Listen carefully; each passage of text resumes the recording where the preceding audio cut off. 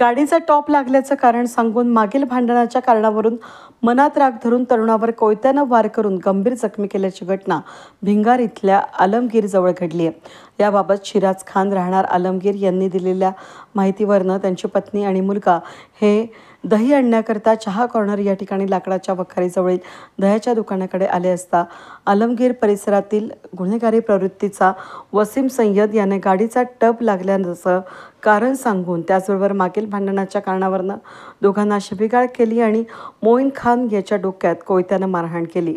या मारहाणीमध्ये मोईन हा गंभीर जखमी झाला असून ही घटना शिराज खान यांना समजताच ते घटनास्थळी गेले असता त्यांनी वसीम शेख आणि इतरांनी त्यांना शिवीगाळ करून दमदाटी केली। त्याचबरोबर वसीम याचे भाचा इर्शाद शेख आणि अशी खान यांनी मोहीमच्या डोक्याला पिस्तूल लावून तुम्ही जर या ठिकाणी हालचाल केली तर याला मारून टाकू अशी धमकी दिली आणि शिराज खान यांना मारहाण केली। वसीम खान यांनी जुन्या भांडणाच्या कारणावरून शिराज खान याच्यावर खोटा गुन्हा दाखल करण्याचा अनेक वेळा प्रयत्न केला। याबाबत शिराज खान यांनी पोलीस अधीक्षक यांच्याकडे तक्रार केली आहे।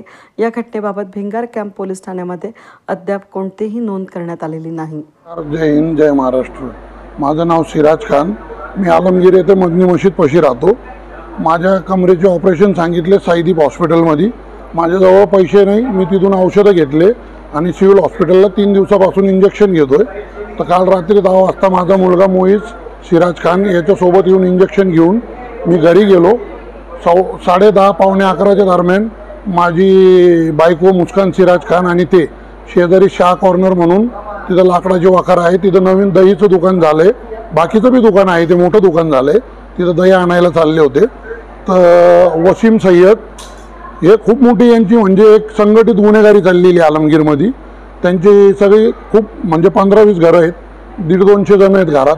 मग तिथं गाडीचं कट लागला असं कारण दाखवून मागच्या वादावरून 3 दिवसापूर्वी माझा मुलगा आत्ता बोलला शुद्धीवर आल्यावर मला का वसीमनी त्याला 3 दिवसापूर्वी तिथं तलवार दाखवली होती का आमच्या दुकानासमोरून जायचं नाही, म्हणजे त्या आलमगीर चौकात त्यांचे अतिक्रमण दुकानं आहेत, तिथून तलवार दाखवली होती।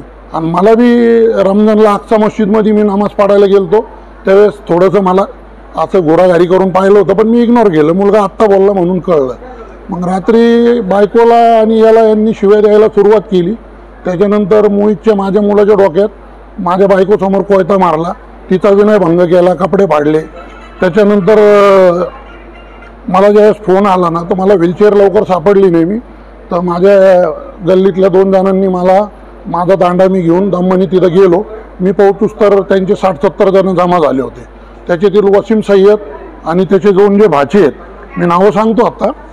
तर त्या दोघांनी काय केलं, माझ्या मुलाला आहे ना रक्तभांबाळ झाला होता, तो त्याला धरलं, त्याच्या डोक्याला बंदूक लावली। मला म्हटले जर तू इथं काही हालचाल केली आणि काही कुटाणा करायला गेला तर याला तर जिवंत मारणारच, तुला बी मारणार। ते जिवंत मारायचे इथून परस्पर पूर्ण एकदम म्हणजे प्लॅनिंग करूनच त्यांनी ते सगळं केलेली होती ती घटना।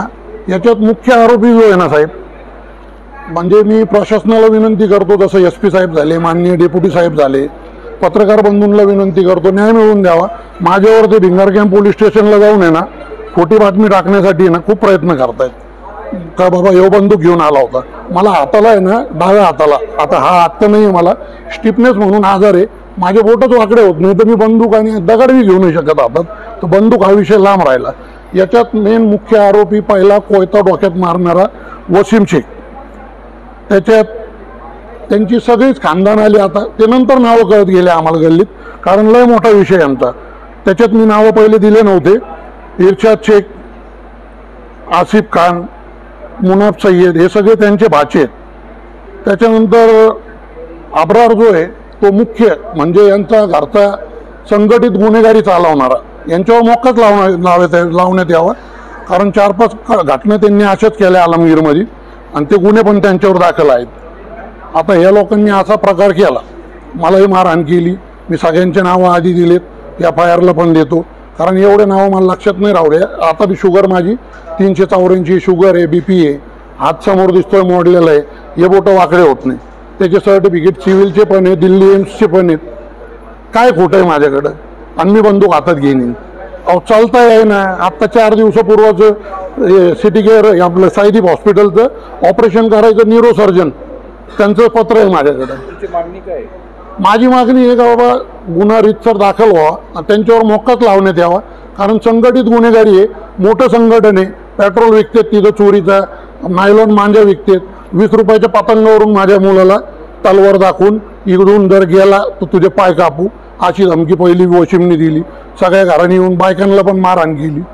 हां, कपडे फाडले बायकांचे. आता एवढे 70 जण जर आले तर 2 लेकरं 2 बायका काय करणार आहे? तर धन्यवाद म्हणून एवढी विनंती करतो SP साहेबांनी, भिंगार कॅम्पचे पोलीस निरीक्षक साहेब, माननीय भारती साहेब डेप्युटी आणि सगळे पत्रकार बांधव यांनी मदत करावी.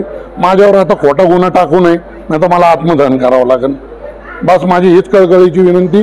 आणि माझ्या घराला पोलीस प्रोटेक्शन द्यावं. अजून बी घरात धमक्या देऊ राहिले, भिंगार कॅम्पला जाऊन बळजबरी गुन्हा टाकायचा प्रयत्न करू राहिले. बळच खोटा गुन्हा घेऊ नका, शहानिशा करा.